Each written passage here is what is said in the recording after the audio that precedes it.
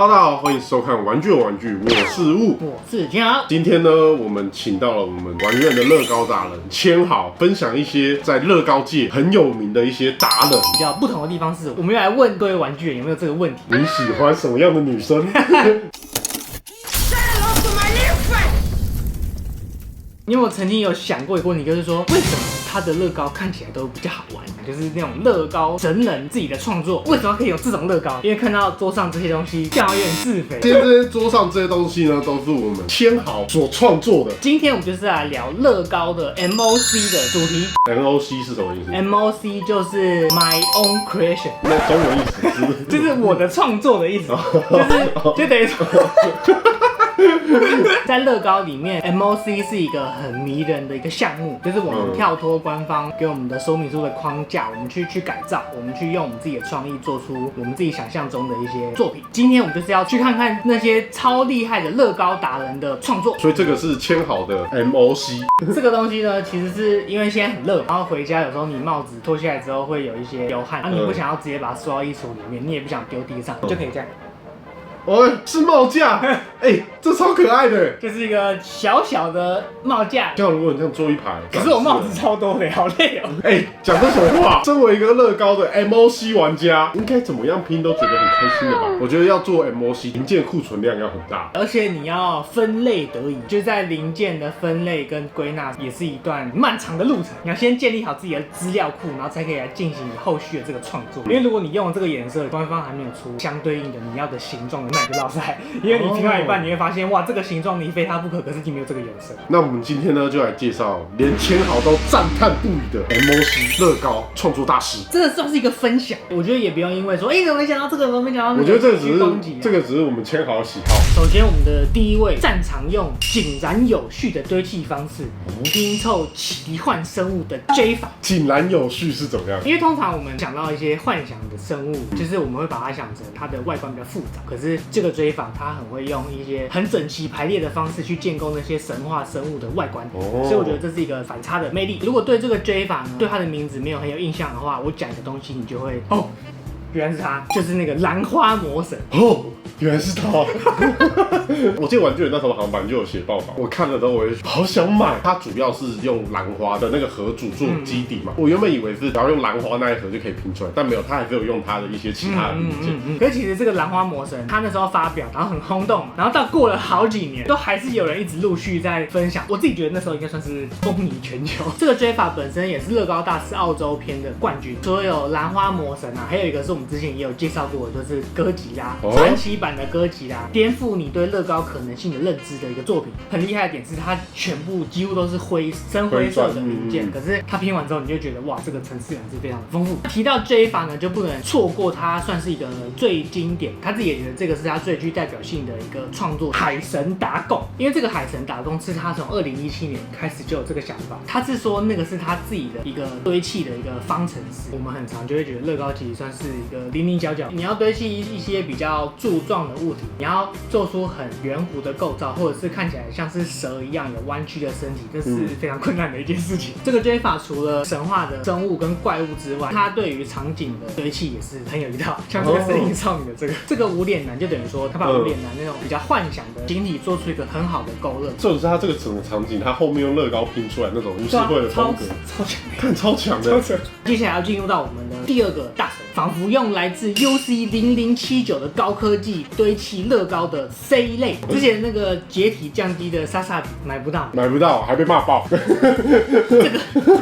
这个大师呢，就直接用乐高拼一个莎莎比。哇！那时候是看到他拼的风铃钢弹50公分，他最常讲的一句话就是说，这个不是钢弹，这个是乐高哦。因为我觉得他拼到这么大嘛，所以他可以用很多零件让它看起来更滑顺一点。这个也是我那时候在想的其中一个原因，就是他为什么要拼那么大？很有可能也是因为这个原因。毕竟当然不像我们钢普拉那个零件那么小，你要达到一个他认可的一个完美的弧度，就等于说他就是要用这么大。他之前有做机动战士钢弹 Seed Freedom， 那不是有一个正阳自由钢弹？对，他就做了一个正阳自由钢弹，它的造型是这么的跃动感十足。他要怎么样去顾及这个动作的平衡？然后又要去还原它的造型，我光想就觉得不可能。总不是说希望千豪可以用你的专业去分析它怎么拼吗？我想给大家看一张图吧，对，给大家看张图就知道，分析不出来。我们光看它这个风铃钢弹的里面，我拼的真的是不知道要怎么讲，甚至连它为什么要这样我都不知道。你看到那个图你会傻眼的。如果你只是要拼乐高的话，里面好像不太可能长这个样子。里面长这个样子，就是你真的要打造一台机器人了。对，那他这样子做有一个可能性，是因为他要顾及他最后的外装甲的各种的弧面。这个结构不只是要实际拼出来难，你要用乐高的那个 Studio 那个程式去拼，你要在电脑上面画出这个结构，我自己觉得都超级难。乐高 Studio 是什么？就是很多创作者在拼乐高的时候，他们会先用一个数位的程式去拼出他们想要的模型，这样他可以最后去统计他要的零件是什么。甚至很多人会直接用这个软体去投 ideas， 然后他也不用真的去买一个零件来啊。而且我觉得最主要是什么呢？比如说 HG、RG、NG、PG，他们其实零件都长得不太一样。对啊。然后他们那个铠甲那个厚度或什么其实都不太一样，不知道他是用什么样的角度去参考，说我这个盔甲要长这个样子。对，不知道他的脑袋里面是什么。看，真的超屌的。他最近在拼那个 New 钢弹，他去先拼好他的躯体，他拼完之后他觉得好像不太对，他要调整一下腰的比例，再以这个为基础，然后去细细的修。他一定也是边拼边做，他所做的所有的成品都是一步一步去增添他要的改变，然后去调整这样。我觉得这种东西果然还是要日本人来做。我们下一个呢，也是机甲类型的，擅长开发原创机甲的 Moko， 他拼的机甲都是很有未来科技感，然后很硬派，可同时他又注入了一些很有童趣的元素在里面。他的机甲都是那种你会觉得他一拳，然后你觉得头就被他打烂的，很强很硬派的。他很常发一些影片是，他会先组装他的机甲，他再把机甲箱打开，然后放一个动物，这样他把它扣起来。在乐高的 MOC 的创作题材里面，机器人算是一个很有魅力的题材。硬派的机甲跟这种可爱的动物结合在一起 ，Moko 厂算是一个佼佼者。那 Moko 厂除了它的原创的一些机甲的模型之外，它还会去制作一些热门 IP 的机器人的角色，像前一阵子也是很红的康纳姆机器人，就你会觉得这个康纳姆机器人很超级细，他把那个康纳姆机器人的那个头做的很超级细，机器人的脸，对，然后你会觉得他的肌肉很强，就是很厉害，很像无敌铁金刚那种。他喜欢用这种方式去诠释他喜欢的角色。他还有做装甲骑兵里面的这个眼镜斗犬，依照剧中设定去还原的一个模型。一开始真的不太会觉得说哇，这是用乐高拼出来的，很厉害。然后 Moko 厂呢还有一个变形金刚的，可以从机器人模式变形成它的载具模式，很狂他还做可以变形的，超强的，哇，好屌哦！乐高的变形金刚也是一直有蛮多人在做，可是这种尺寸小又可以变形的题材，真的是很吸引人。接下来呢，这个它的东西跟我们前面介绍的都相当的不一样。这位创作大师呢，我把他称作是色彩魔术师、点阵图的王者福库塔库。他就是很擅长用点阵图的风格制作成立体的乐高模型，然后它的色彩跟它的造型都是一流的，因为他是走那种像素8 bits 的风格，然后拼出了一些大家小时候在打电动里面耳熟能详的那些角色。他最喜欢的就是勇者斗恶龙，他拼出勇者斗恶龙里面从史莱姆啊到一些巨魔像到很经典的龙王这种大 boss， 我自己觉得是，即使放眼全球也算是很特别的一个存在。通常我们创作一些 mock 的时候，我们会想要尽量的去修掉乐高的那些颗粒感，在做的时候其实还是比较想要贴近真实平滑感。对啊，因为像是比较大人味嘛。这个福库塔库，它可以说是善用乐高，因为点阵图的那个图形，就是我们一块1×1的零件，一定就是一个方块上面的圆，它就是用这种每一个点，然后聚在一起之后，去形成它的一个点阵图风格的创作。我们以福库塔库它很有名的这个龙王的作品为例，他那时候有说在尾巴跟翅膀，它都有去经过很多次的调整，因为通常我们这种点阵图的就只有一面嘛，可是他要在他这个立体作品，可以说是每一面都要去形成一个很好的观赏角度，会让他这个作品每一个角度看都是一个很棒的点阵图风格的创作，这个应该是非常不容易。是3D 化的8 bits， 讲起来超矛盾，但他就是做到了。他在整个形体都一直贯彻他的这个精神。而且刚刚倩瑶有说他是什么色彩魔术师嘛？对，他真的是色彩彩墨色。哇，它的那个配色真的是把芭比成那种像素化的单一颜色，会有一些色差嘛，它把它整个还原出来。既然你刚刚有讲到单色，它这个单色作品整个调性就是这种褐色的，可是它在里面用了深浅不一的褐色，还有沙色跟米白色，自己是觉得它层次感做到很好，有那种自带阴影的感觉。对啊，超厉害的，超屌的，真的超狂的。除了他勇者斗恶龙的作品之外，他最近有一个经典之作《火鸟》，这个是火鸟超扯的，这个是今年6月展出的一个很厉害的作品。我那时候看到，我自己觉得这个火鸟不管在色彩上还是在造型上，都已经真挚化境。就是用色彩之外，它还是有把零件的那个层次感做出来。接下来是我们的第5位，他是擅长把很多复古的电子设备，还有一些日常生活的那种风景乐高化的 Chris。这个 Chris 呢，他其实本来是一个很厉害的创作者，然后后来呢也顺利的变成乐高集团的官方的设计师，达成梦想的对，算是一个完美典范，就是一个美好的人生。他一开始那时候我记得蛮清楚，是2017年那个时候，这个书桌、这个电脑、这个复古的东西怎么那么漂亮，就都是乐高拼的。那规格大概也不大，应该基本上就是这样小小的。然后像超级任天堂主机，那个时候就有很多人转发他的这一类的创作。他是雅达利的设计师，然后这个键盘，看这个键盘超屌的，就是我觉得他很擅长在一个比较小的规格里面，然后他把造型还原做到极致，用乐高的零件去拼出他心里面的那一些复古的设备，追求不要有颗粒感。对，就是跟我们前面那个复古塔古完全不一样，天差地别。对。我那时候看到这一个就觉得哇，太神了吧！这个就是很像以前早期的那种美式的办公桌。它对于复古的设备外形勾勒都很有一套，它又可以在最适当的地方用上一些最恰当的乐高零件。像它这个键盘算是一个卡扣的那个。对，因为它这个零件就直接是可以卡另外一个零件，那它直接把它用在这里，然后当做一个算是让键盘垫高的一个东西。我觉得这样看下来就可以大概了解为什么它可以变成乐高设计师，跟我们刚刚介绍前面的人比起来，我觉得他用的东西是更简单、更容易入手，在造型上也很符合乐高那种用很少零件还原出那个东西的样子。这个真的算是一个超级精髓，如何用最少的零件拼出神似的外观，这也是一个超级想要达成的课题。椅子啊，然后旁边还有这个，就是可以这样拉抬，这个一定也是用类似一个卡榫零件，然后这边有一条，你要如何把这个用在这边，就是超厉害。然后它这个台灯啊、支架，但它这个是不是就是非常规拼法？这个的话，我自己觉得有一点算是，说明书上面可能不会看到这种拼法。好，那他的作品基本上就可以用规格小，然后神韵非常的还原，当做一个他最大的卖点。他会自己去印一些贴纸，把这些贴纸再点缀在他的创作上面，让他整个变得更厉害。他在2013年还有创作一个系列叫做 Brick Sketches， 一个乐高的素描的系列。他把乐高拼成一个像明信片，他在上面拼出一些角色。就我记得他有做很多星际大战的很多角色，对，然后素描的这个系列也在后面成为乐高推出的官方的商品。他自己创造一个，然后那个直接变乐高系列。对，他好爽。他那时候就是这个系列会变成官方的商品，然后他也是因为这个契机，然后变成乐高设计师。他的这个系列，他真的是创作了很多的角色。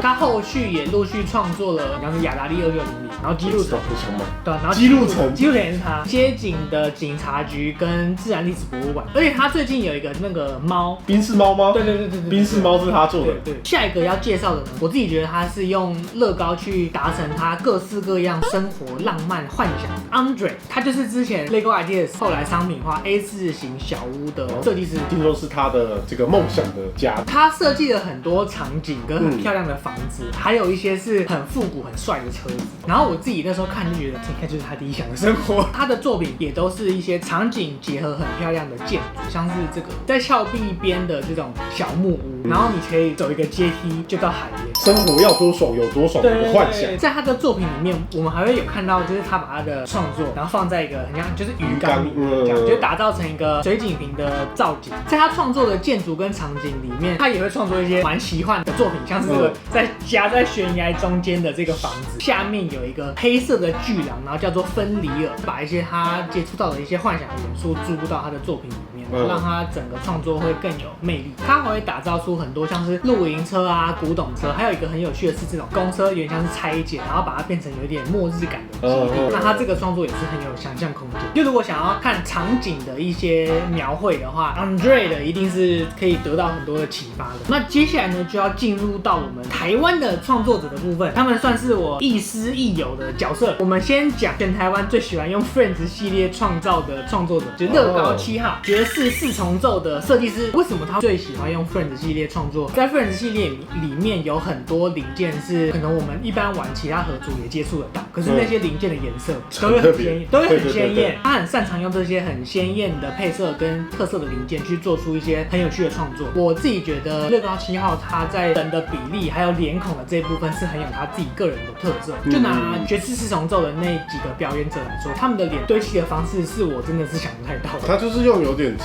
何的方式，然后去把人脸的造型刻画出来。那时候在玩他的爵士四重奏的时候，也会觉得说，哇，他要怎么样让这些演奏的动作很生动之外，他又要去顾及他整体人的线条。你没有拼的话，真的会不太想象得到他要怎么样去处理这些细节。除了他很擅长这些人的形体的勾勒之外，我自己觉得他创作的面向算是超级广，从人啊，或是到各种的生活用品。台湾那时候乐高有一个加点乐高风那个活动，他就是创作了一个摩艾像的一个卫生纸盒，超有趣的。他在2018年有创造一个圣诞老公公的飞行滑板，那时候我看到的时候想说，这个圣诞老人的动作也太生动，他让他整个在驾驭这个飞行滑板的过程凝聚得很好，把那个圣诞帽用了零件拼出来，感觉是有速度感的那个感觉，我觉得蛮厉害的。双手的呈现跟他的双脚弯曲、膝盖枕的感觉，架在这个飞行的雪板上。然后还有一个也是动感很赞的，就像这种，他可以用就是乐高，然后做出一些这么生动的动作，好像感觉到真的很复杂的造型，就是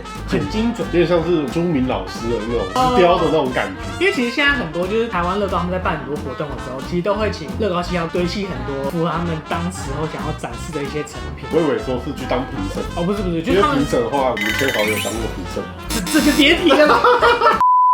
下一位我们要介绍台湾创作者呢是乐高界的动物造型作家陶燕，他的创作其实也是非常的多元。其实要真的选一个很代表他的话，我自己目前觉得是动物的角色，因为他真的做了很多种的动物，兔子啊、猫啊，到近年的龙他都有做。他在过年的时候，他都会拼出当年生肖的动物。拼完之后呢，他除了就是拍照啊、分享、上传之外，他还会做成明信片，然后他再寄给我，因为我觉得哇赞哇！根据生肖，然后创作的那些动物都很有动物造型的美之外，还有他自己本身创作的逻辑吧，就是他对于造型的追求，我自己觉得是蛮厉害。老虎也超赞的，就是老虎它身上的斑纹，还有这个伸展的动作，就是他除了形体的勾勒很到位之外，他在动作的形塑也很有他自己的一套。还有他之前兔年的时候，他做了一个兔子，然后他那时候他还把它就带到草地里面拍照，然后就觉得哇，也太赞了吧。后来他还有陆续创作一些跟植物相关的题材，其中有一个就是猫头鹰。我那时候看的时候真的觉得超震撼，因为那个时候我有去现场看，哇，超狂的，对啊，超扯的，就是他把向日葵当成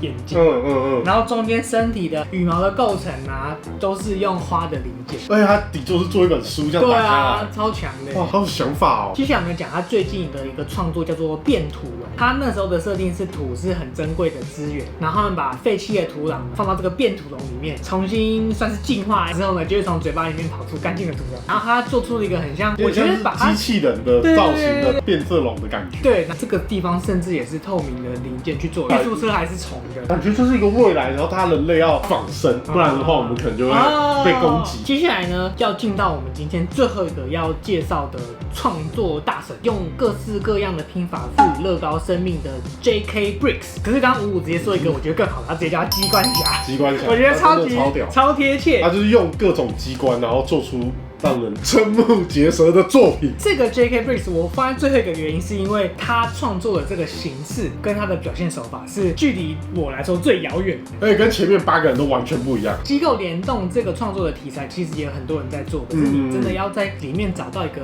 我目前真的觉得最强的，就是他。他除了有很多看到会觉得很有趣，比方说昆虫在飞、鸟在飞、动物在动、在游泳之外，他很喜欢做这些几何的联动的机关，就是你可能想不出来他在生活中要干嘛，可是你看了就是会觉得哇，好疗愈，很好看。